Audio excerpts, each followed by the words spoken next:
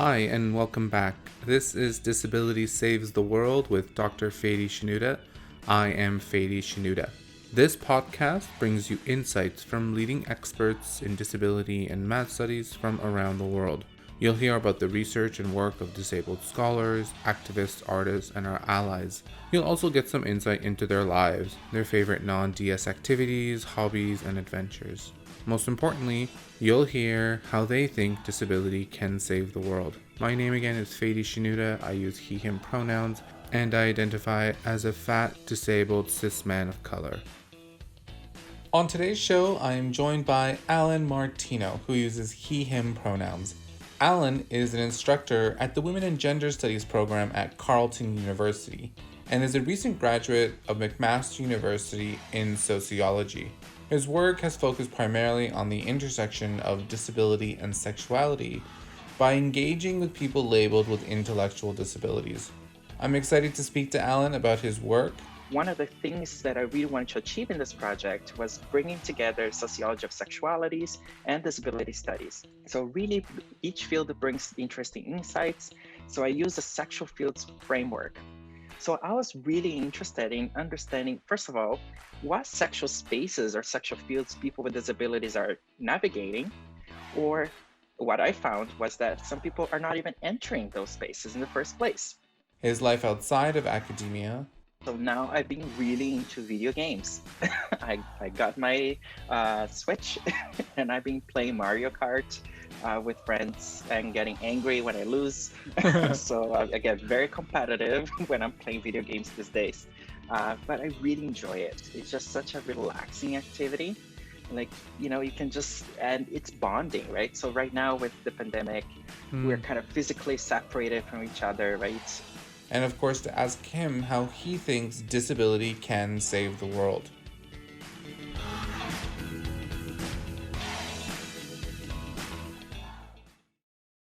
Hi, Alan. Thank you for coming on the podcast. Hello, thank you so much for having me. It's a pleasure to talk to you today. I'm so excited to have you. And you are actually one of the first people that I've spoken to in a while. It's been about maybe 6 months since I recorded one of these. So I'm so excited to get back to talking to people more frequently about their work. And I'm so happy that you're the first one to kind of relaunch in some ways the podcast. So I want to jump right into segment one, what I like to call inside the project, the research, the work, the art. So tell me, why disability studies? Yes, I would say that there are lots of different things that brought me to this field. First of all, I grew up with an older sibling with a disability, and that definitely changed the way I looked at the world from a very early age, right? Yeah. So having wheelchairs and things around the house was just part of life, and even the way we had physical fights as siblings, like sometimes I remember my parents would put us on the floor and we're like snakes, on the floor fighting each other. So I had a really beautiful, childhood, and growing up with someone with a disability in my family really made me think about ableism in an everyday basis, right? Having to go to restaurants ahead of time to see if they were accessible, for example. So things that some people might take for granted. The other piece that really drove me home to disability studies has been in my experience working with self-advocates. Working with people labeled with intellectual disabilities had also giving me a different lens to understand ableism in everyday life, some of the challenges that people face, and try to find ways of working together, right, to deal with those challenges. That's fantastic. I mean, thinking about what you were saying, like living with your brother and doing like an access audit was such like a natural thing for you and your family because it was essentially what you would do anyways, right? Uh, it's how you ensured that everyone was going to be able to eat at the restaurant. That's really cool. So it's always been a part of you. I know that your work has always intersected with sexuality, disability studies, and sexuality. So why that particular topic for you? Yes, again, it's very interesting how my work is so connected with my everyday life and my background. So, one, having a sibling who I've witnessed having so many struggles with relationships, building those kinds of intimate relationships definitely made me interested in this. but it was a particular scene. So I used to volunteer at a community organization for people with intellectual disabilities. And it was the arts program. We used to do a lot of improvisation exercises. And one particular day, this young man with Down syndrome was doing the scene about friendship. And he says something like, love is natural. We all love.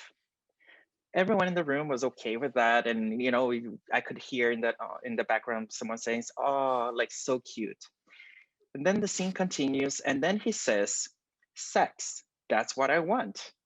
Now that sentence changed the energy in the room, right? So in the room, we had other people with intellectual disabilities and direct care workers, support workers. That changed the vibe in the room. There was a sense of discomfort and giggling and embarrassment. And the only thing that the support worker leading the session could say was, isn't the weather beautiful today? And then he ended the scene.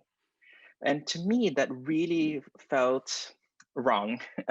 One, because we have a man on stage who's describing a part of life that should be just treated just like any other part of life, Mm-hmm. right? That is important to him. And that kind of was shut down, right? Literally shut down at Yeah. the end, and the scene ended without acknowledging that this is just a normal part of life. So once I saw that happening, I was like, I need to do something about it.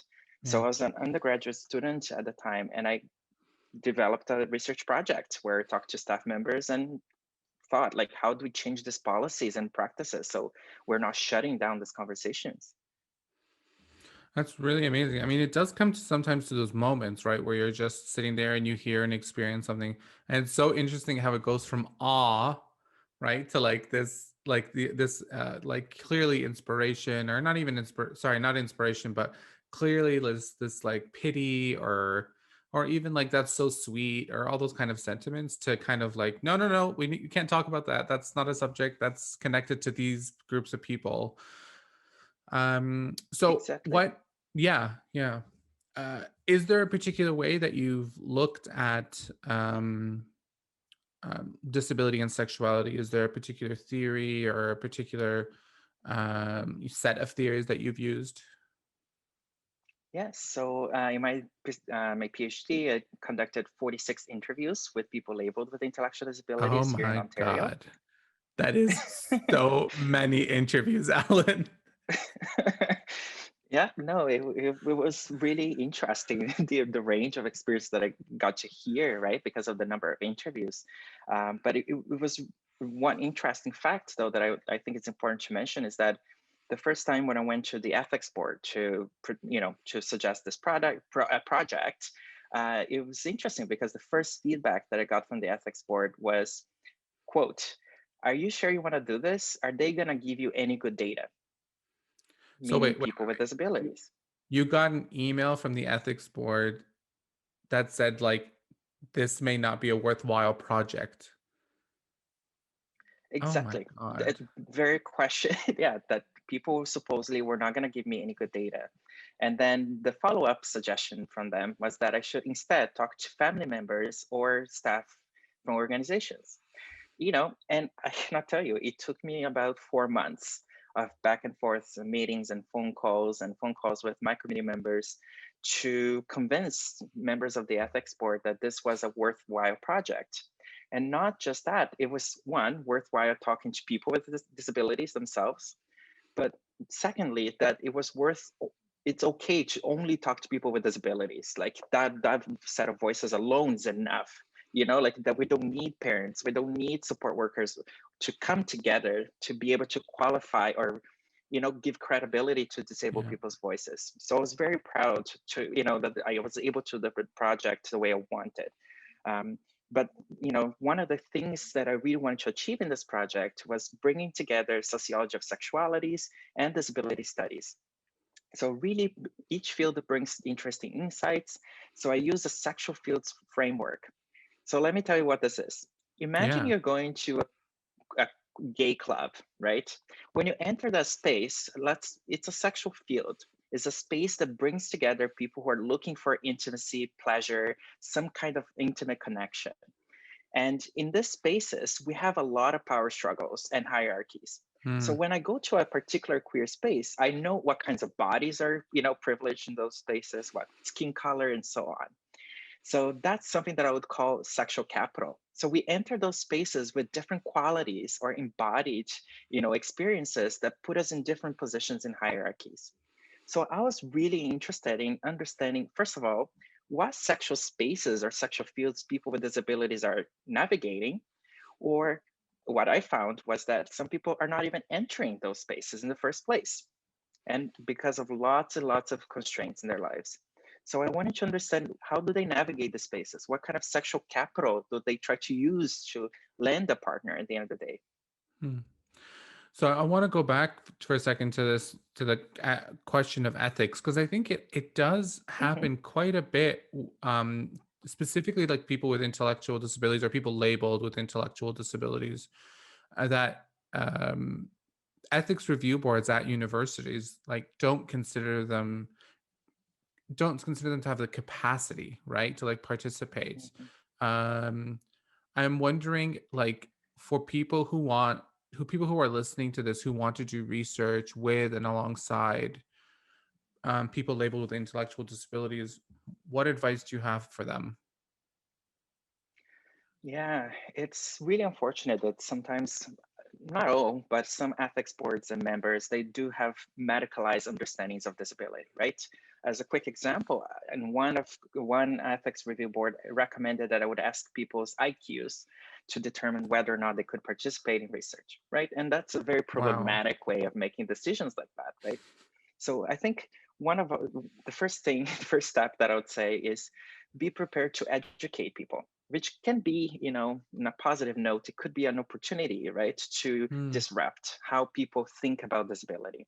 So on one hand, I was happy, I was proud that I was able to disrupt how some of the members of the committee were thinking about disability as simply vulnerable, as something to be silenced, or something that doesn't give someone credibility. So I was proud of that. But of course, that took some kind of privilege on my part too, that I could wait 4 months to start a project, right?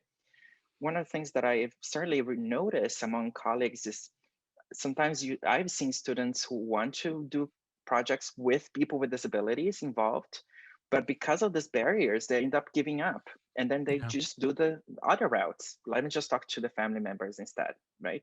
And I get it, because there are constraints on students too, right? There's time, there's finances, but it only makes me wonder how many projects don't happen because of that kind of boundary, right? That is set up. absolutely. I mean, it's interesting for me because I always get pushed back when, I my work predominantly is with students with disabilities or students like math students or distressed students.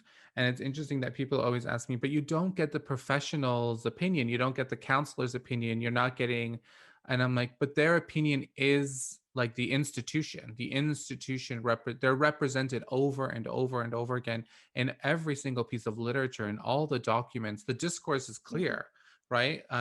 Their their interactions might differ, but that would be important through the perspective of the students. Like I imagine you ask your participants about their interactions with the people who they live with, their family, their friends, their communities, but it's through their perspective that it's significant or important, not necessarily through the lens of other people. Yeah, that's so great. I love this conversation. So you finally get ethics approval. I'm now wondering, how do you go about ensuring like accessible interviews? How do you go about ensuring, a clear methodology, all those kinds of things? Yes. So, it includes multiple steps, right? And giving people multiple opportunities to learn about the study, to ask questions, to feel comfortable, right? So, first time people would hear about the study, we would have a phone call or meet any way they wanted to meet. And that was first opportunity, right? To talk about the study, get more information. I actually paid a colleague of mine who specializes in plain language to translate all the research documents to plain language, it made a huge impact. I Yeah, know that, sure. that was significant for people, but also finding creative ways of delivering the same message. I know, for example, that we can use images to share, to describe sentences as well and complement that information. So that's something that I definitely applied. And then as a second step before the interview, once again, I would talk to participants again about the project. I always allowed people to take material back to their family members or anyone in their care relations that would help them as well to read about the study. So giving people multiple spaces. I think the key thing for me that I found that was extremely important for me was making sure that people were doing this because they really wanted to, right? Mm. Because sometimes, especially with folks with intellectual disabilities, sometimes they're pushed into doing things that, it's just not sometimes because they want to, but it's just because that's the schedule in the place, in quotes, or because that's what they have to do. But I really wanted to respect their choices. So an interesting story is one day I was walking around and I got a phone call. It was a mother, actually. She wanted her son to participate in the study. And it came from a very positive position, right? It's a mom who's like, I don't feel comfortable having a conversation about sexuality with my son, but I would love for him to have a space to just talk about it. So on one hand, I appreciate, like, that doesn't happen very often, a parent coming to talk to me. But at the same time, what I told her immediately is, well, but it's still your son's option, right, to Mm. participate on this or not. And indeed, the son chose not to participate, and that was respected at the end of the day. So for me, those moments of respecting people's choices was extremely important in that methodological approach. That's great. I mean, what a yeah. I mean, I think that's really good to learn about that. There are these very, very clear differences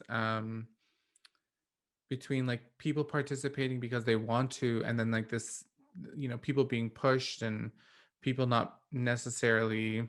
What I'm trying to get at is there are so few options for some groups of people in society that when anything comes up that potentially like Mhm. centers or includes, there's like a mad dash, right? To, if I can use that sanest language, there's a mad dash to like, Mhm. get people like participating and included when maybe that's not the right thing for them. So, what did you find out? How are these sexual fields being operated? What is going on? Tell us. Yeah. So first of all, I think one of the key pieces is how, which wouldn't surprise, I think, many people in disability studies, is that a lot of people are just not accessing sexual fields in the first place. But this is something that is taken for granted in the sexualities literature because it's assumed that if you're an adult, right, over 21 years old, you have access to spaces if you choose, right, to participate. But what I found is that a significant number of people that I talked to, even though they were in their 30s and 40s and 50s, they were still not allowed to participate in sexual spaces, going to a club, going to a bar, or using dating apps. And not only that, they were capped in a state of infantilization in a way because Mm.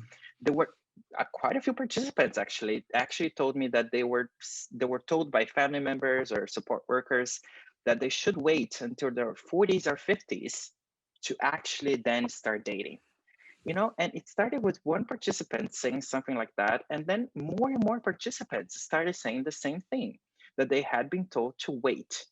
There was a sense that they should wait for the right time, and the right time wasn't now, and it was very later, like in their 30s, 40s, 50s. And that to me said something about the ways that we're still discouraging people with disabilities from experiencing intimacy, forming families, having pleasure in their lives. So that was a significant piece. I think the other piece too is the level of surveillance and punishment. I spoke with folks who may have had an experience of dating someone, usually another person with an intellectual disability, but they got punished for doing simple things like kissing on the cheek, right? Or Mm. kissing their partners. Things that are so harmless, right? That a non-disabled person would not be punished, right, for doing simple gestures of affection like that. But for some of the people that I talked to, they were actually faced with punishment, not being able to see the other person, sometimes not being able to call their partners after after 6 p.m., for example. So we're talking about people who are so constrained in terms of how they can experience romance and intimacy in their lives, right? That's kind of really hard to hear, but because there's like a sense of loss, right? That um that's part of these people's lives and part of, especially because there's clearly a desire there, right, to do those kinds of things, but that's kind of quashed. Did you hear any stories of resistance? Did you hear any stories of people doing really fantastic things that kind of like, so many of us do when it comes to love and romance. Absolutely. And I would share a couple stories that I really found powerful. One of them was this older woman. We're having an interview, and she initially asked for her support worker to be in the room with us during the interview, and that happened. And the phone rang, and the support worker left for just about 2 minutes. As soon as the support worker left, she whispers and says so quickly, I'm dating someone at my group home, but don't tell anyone because I'm going to get in trouble. So, but just don't tell anyone, but we're having a great time and we love each other. She spoke so fast, right? And whispering. And then as soon as the support worker comes into the room, we just continue like nothing happened. To me, it's a Mm. form of agency and resistance, right? Like she's keeping this relationship a secret as a way to keep that, important part of her life going. So that's one good story. I think the second one is an amazing activist that I got to interview. This activist, she knows that a lot of people around her are living in housing arrangements that don't allow for privacy, where they're not allowed to watch porn, for example, or have pornographic magazines. So what she does, she has fun nights with friends where they can come and watch porn movies and do whatever they want. And she shares information about sex toys with her friends, right? And helps people build dating profiles on apps like this. How amazing is that, That's right? amazing. uh, like, so people, she's not only finding ways to remain sexual herself, but she's also supporting others in her life to find that intimacy and love. So that to me was just such a powerful moment to hear. So I wonder what you learned about like sexuality by through like the lens of disability or through the lens of disability studies. Is there something new that you can say to sexuality because of the research you've done? Absolutely. I think, for example, the fact that the folks that I spoke with, they're given such a limited menu of options. I Hmm. think that's an insight that sexuality scholars should know about. We want to believe that people know that there is an array of ways of expressing your gender, your sexual identity, your sexuality. But the way that I spoke with people, and that's another interesting finding in my studies, is that most men and women that were attending this men and women's groups, and they were being taught different lessons about what it means to be, in quotes, a good man or a good woman. And that's the language that they used even themselves. So, for example, being a good woman meant never starting like hitting on a man. You don't take initiative, right? You Hmm. wait for the man to come to you. Being a good woman means knowing how to defend yourself and protect yourself from sexuality and sexual advances, right? It means knowing how to cook. For men, it's about learning how to be a good man, which means not making sexual advances on someone or looking dangerous to others, right? So they were learning specific ways of being a good man or woman, and It's it always through the lens of heterosexuality, right? and it's So so like 1950s, like Susie Housemaker or exactly. whatever. Like it's like who's running this workshop? Exactly. Or even like almost like a PG-13, Oh like my God, where yeah. Snow White, she can get a kiss on the cheek, and that's as far as they go, and that's the boundary. Again, going back to what we were just talking about, right? There is a boundary in terms of what is acceptable or not, right? And I think it goes back to this idea like totally infantilizing, right? Like you were saying before, just of these particular people's bodies and minds and that extends to their sexualities. I guess before moving forward onto the next section, I just wondered, is there anything else you want to tell us? Like, is there a question that you had wished I asked, for example, that you think people should really know about when it comes to your research and work? Uh, I just hope that people, are thinking about the rich array of sexualities among disabled people, right? I think one of the things that I've seen very often is that, Alan, come on, you're already telling us that people are with disabilities, with intellectual disabilities, are sexual. Now you want to tell us that they have multiple kinds of sexualities around? It's too much. So I Hmm. think the sense of diversity within people with disabilities should be recognized as a powerful, amazing thing that is just how it is in life, right? That we shouldn't just assume that everyone is heterosexual, that everyone wants monogamy, that everyone is, just one way of being. I want people to have a larger menu of options, because when you go to McDonald's, you don't want to just have McChicken. Like, you want to have a whole bunch of other things that you can try at least. Then you can figure out if you don't like it, or if you like it. But if you don't even know that you have those other possibilities, like, how do you, right? How do you know that, Yeah. or have a chance to experience those things? Yeah, absolutely. Well, thank you and congratulations on finishing and I know some of this has already been published, but I'm sure more of it's going to be coming out soon in lots of different ways. So I want to move on to segment 2, what I call the middle or the liminal. And I just want to know, Okay. who is your academic crush? Speaking of romance and sexuality, but maybe in like a PG-13 kind of way, who is your academic crush? Yeah, so there is one sociologist, Dorothy Smith. She's someone who made my legs shake the first time I met her at a conference. I remember going to her with her book in hand so she could sign it, and Oh, like shaky wow. voice, shaky voice. I read all your work and I love it, and I brought it to disability studies. It's really cool. And her response was, "Oh, how about you want to sit down and tell me more? I'm so curious." Oh my And we God. actually sat down. We actually sat down, and we had this, brief discussion about how I was using her work in disability studies. She was just so proud and so amazed to have it in a different place that maybe she didn't think about, right? And she was like, "Send me your papers. I'd love to read it." And it was just such a beautiful encounter, like such a respected scholar and brilliant woman that I admired, who was so approachable, so kind and humble and interested in disability studies, like in learning about different perspectives. So to me, that was my moment. That's so beautiful. Eliza was on the podcast a couple of days ago or a couple of weeks ago, and she had Hmm. talked about meeting Eli Clare and just kind of like Hmm. fangirling as well. And of course, Eli met every kind of like expectation, and it sounds exactly the same with Dorothy Smith. I have a thing against superstars because I don't think they're necessarily like the greatest, superstar Hmm. academics. But so far, Hmm. Eli Clare and Dorothy Smith sound like amazing people. So maybe I need to change my perspective. I don't know. Yeah, at least Okay. these two, they're amazing. Yeah, exactly. Yeah. Um, so, what advice do you have for younger academics? Is there something that you think they really need to know before kind of jumping into this field, into this kind of profession? Absolutely. I can say two things that really made a difference for me, I think.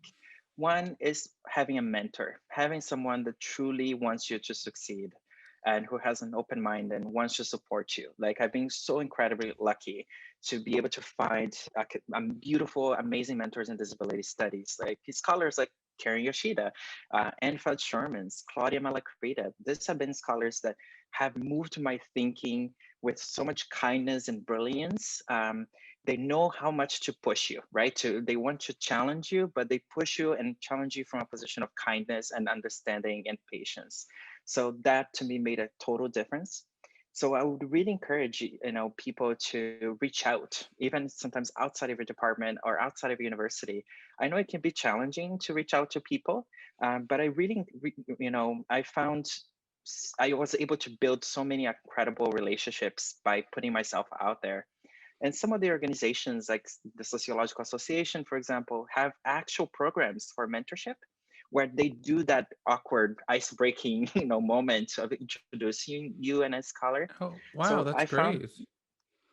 exactly. So through, for example, the American Sociological Association, I was able to connect with a scholar in disability studies and another one in sociology of sexualities.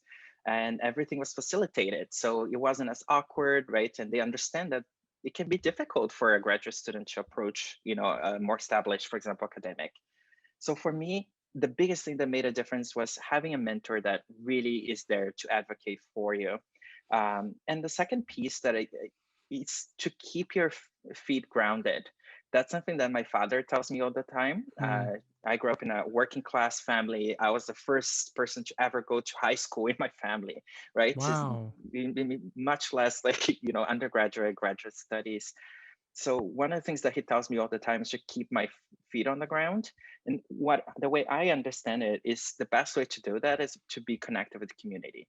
Hmm. So, I really cherish my relationship with self-advocates, people who have the lived experiences, who are supporting the work. They know, what needs to be done. And for me, it's using what I have, the tools I have to support the work. So having those relationships in the community as well, and nourishing, not just relationship of using people, but actually nourishing and taking care of those relationships is very important. I agree with both of those ideas, pieces of advice so much, and thank you for introducing like people who are listening to this resource at CSA. Is it the Council of what is it again? Yeah. So the Canadian Sociological Association has Canadian one a Sociological mentorship program, Association. for example. Yeah. Fantastic. All right. Outside the project, the research, the work, the art, we are in segment 3, and I want to know the most famous person you've ever met and what it was like. Okay. I don't know if it's an actual meeting, but I was always a fan of Mariah Carey. So when I heard that she was coming to Toronto, I was like, I need to go and see her. I bought like a ticket on row number 6 so I could see her with my own eyes, and I was just so excited. And then the concert was awful. So that was a letdown, unfortunately. No. Why was it awful? Well, well, I mean, her performance wasn't very good. Mm, She, she was late for like 2 or 3 hours. So we're just like waiting. And then the show was like, I don't know, 45 minutes of actual singing. It was very disappointing. I'm Um, sorry. Mariah, you know, do better, Mariah. she broke a queer heart that day. Yeah, I hope she knows that. But and I was so like let down that I was like, I refuse to listen to her music for the next 2 weeks, and I did. And then I got back to it. I forgave her eventually. Her punishment. That was her punishment. Exactly, just for 2 weeks. Yeah. Have you, by the way, have you read her biography? I hear it's amazing and that the audiobook is even better because she sings certain parts of it. Oh yes, I have the audiobook, and I love that it's her voice, reading it, and she sings, between chapters, which is beautiful. And sometimes we take for granted like what the experiences that people go through, right? We don't know what people go through in their everyday lives. So it was nice to see a vulnerable side of her life. Like she went through her own challenges and struggles. Absolutely. So it was nice to see that side of her, right? And it's just like our friends, right? We never know what each other, how we're dealing with the current times and those things. So it's just nice when people are so generous and share how they are feeling, right? Or the experience they had. Absolutely. Okay, obscure fact. What obscure fact do you carry around? And when there's like a lull in the conversation and you want to fill the silence. Ooh, so I think a concealed fact about me is that I actually used to be an actor when I was a child. So What? not a lot of people know this. Now I guess a lot of people will know. But I was an actor, and I was in soap operas in Brazil. I was in commercials, My and jaw just dropped. I love this.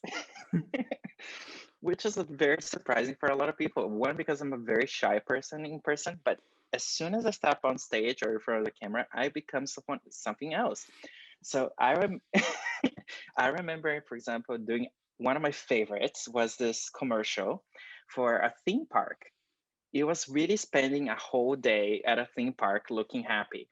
And the camera person was just like screaming at us, like, be happier, smile more. And we're just like playing because we're all kids. Like, we're just literally enjoying the whole thing, having a theme park all for ourselves.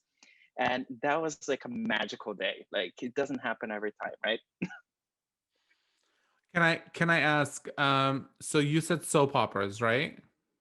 Yes. So are we talking telenovelas? Yes, Are exactly.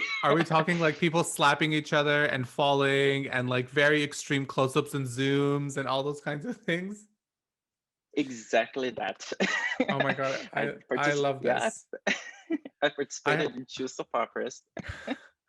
well, I hope some listeners will go down like a YouTube rabbit hole looking for clips of Alan as like a young actor.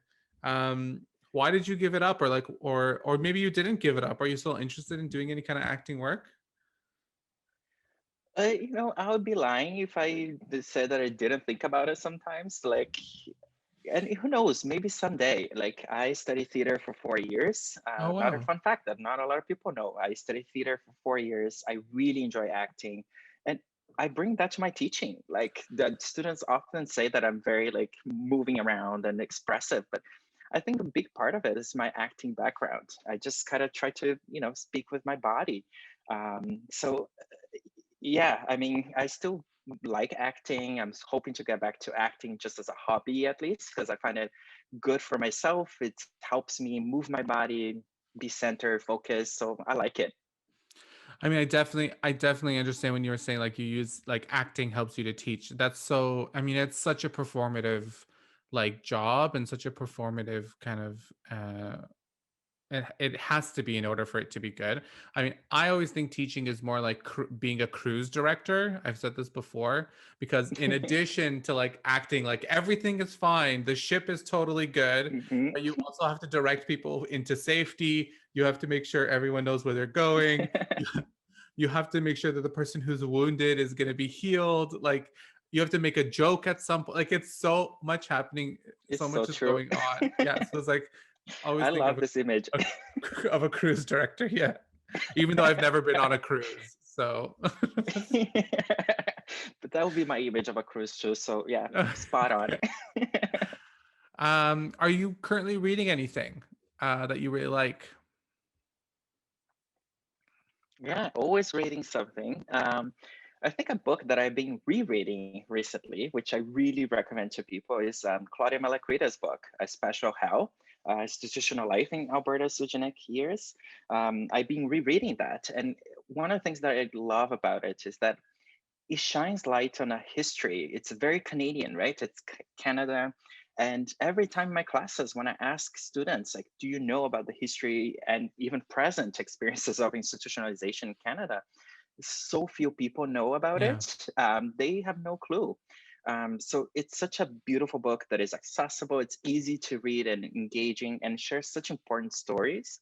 So for me, it's just about rereading that now for a paper I'm working on. But I highly recommend to people, especially people in Canada who may not know the history we have, right? We think it's other countries but us.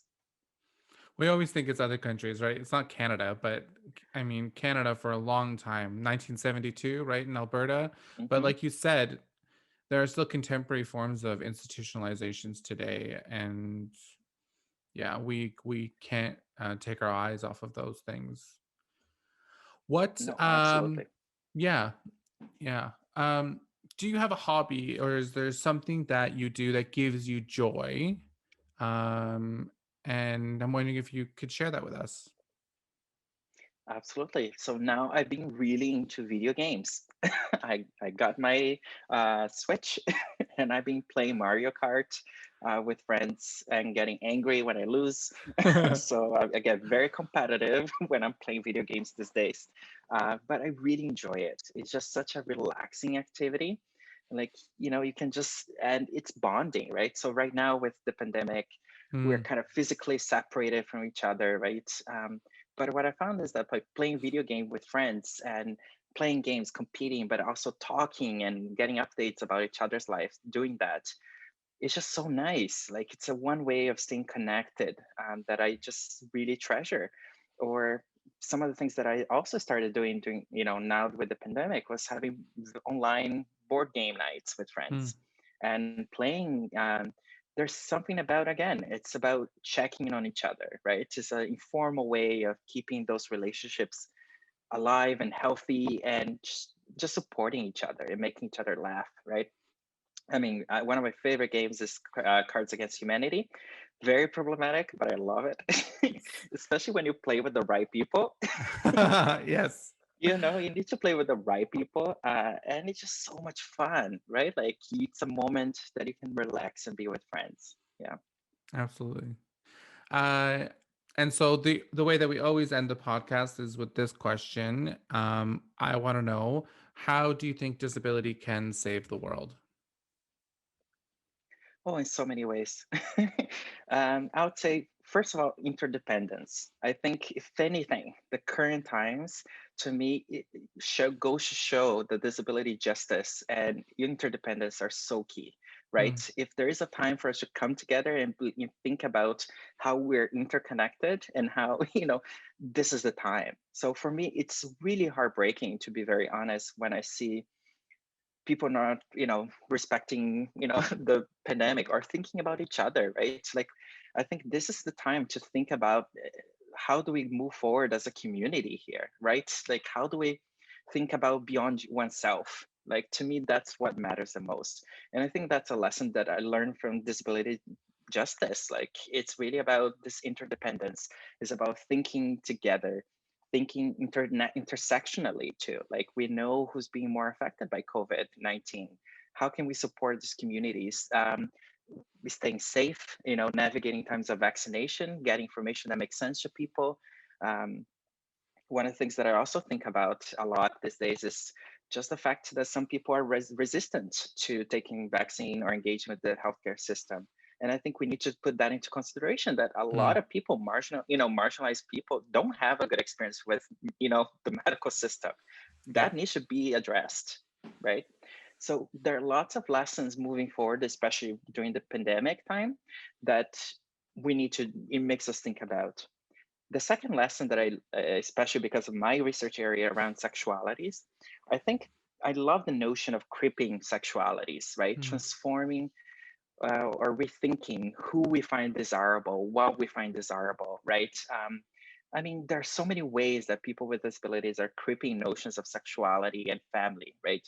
One of my participants, for example, he was told, that he should just go to a clinic and get on birth control because that's the best way for him.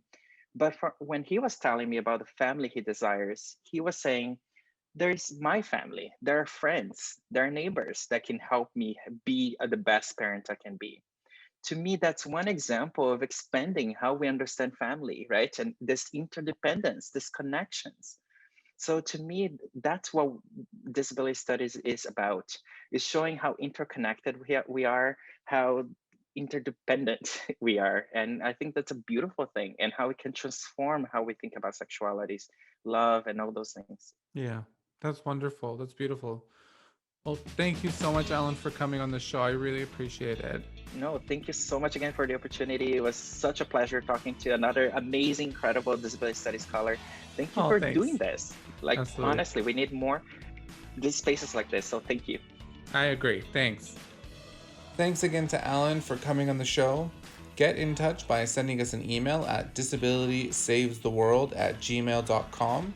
If you're interested in learning more about me, check out my website, fadishinuda.com. This podcast is hosted and produced by me, Fadi Shinuda, and is edited by Yasmina Garcia. Thank you for listening, and see you next time on Disabilities Saves the World.